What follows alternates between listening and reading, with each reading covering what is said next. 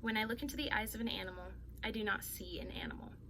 I see a living being, I see a friend, I feel a soul. This quote by A.D. Williams sticks out to me as an aspiring zookeeper.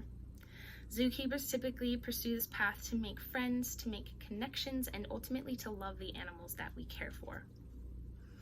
So typically, most of us, I would say, have pets currently or have had pets in the past, and most of the time we view our pets as family. At least I know I do. I think I'm credible to speak about this because I have had many pets growing up, and for my job at the aquarium that I work at, I am required to do extensive amounts of research about animals as well as how to care for them. Today I will be speaking about how Helen Martini made history as the Bronx Zoo's first female zookeeper. Specifically, I'll be talking about how she got her start in animal caretaking. I will also be discussing how she gained popularity for her works, and also how she made history again for establishing the first nursery at this Bronx Zoo.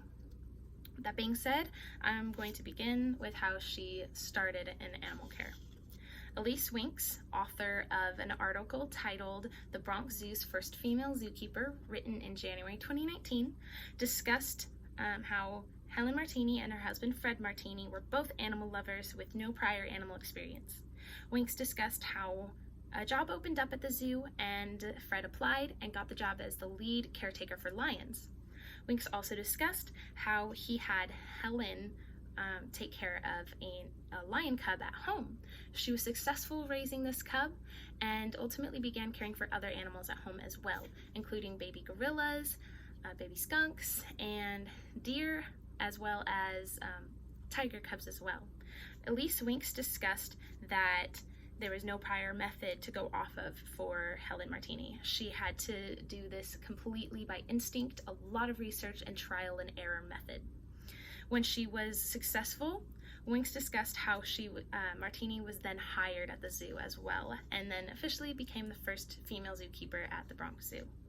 Now I would like to talk about how she became popular for her works. Elise Winks, the same author of the same article written in 2019, also discussed how she became well known. So at the Bronx Zoo, there was no success in raising the baby tiger cubs before Helen Martini got there. She then was able to successfully raise 27 tigers total. This was so popular that photographers were sent from Looks magazine to document her work. In a biography titled Helen Martini Biography with an anonymous author, it was stated that people would come and gather and watch in awe as she would work with the tigers and how they would show their affection towards her. It's also stated by Winks in 2019 that there are children's books written about her. One of the children's books that I found that was written about her is by Candace Fleming, called Cubs in the Tub. And it was actually produced this year.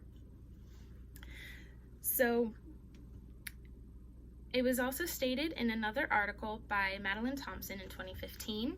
The article was titled Helen Martini and Her Bronx Zoo Family.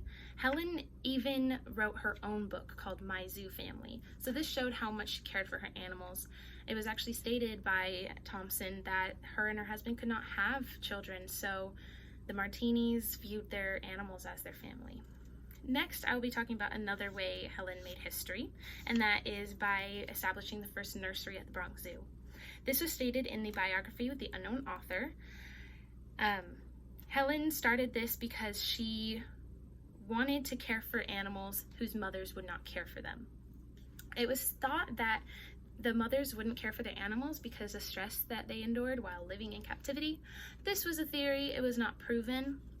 The biography also states that on occasion, even after establishing the nursery, Helen Martini would still take home some animals on occasion to care for them there. So today I shared with you a few topics. I shared how Helen Martini became the first female zookeeper at the Bronx Zoo. I also discussed how she gained popularity through her works, and lastly, that she made history once again for establishing the first nursery at the Bronx Zoo.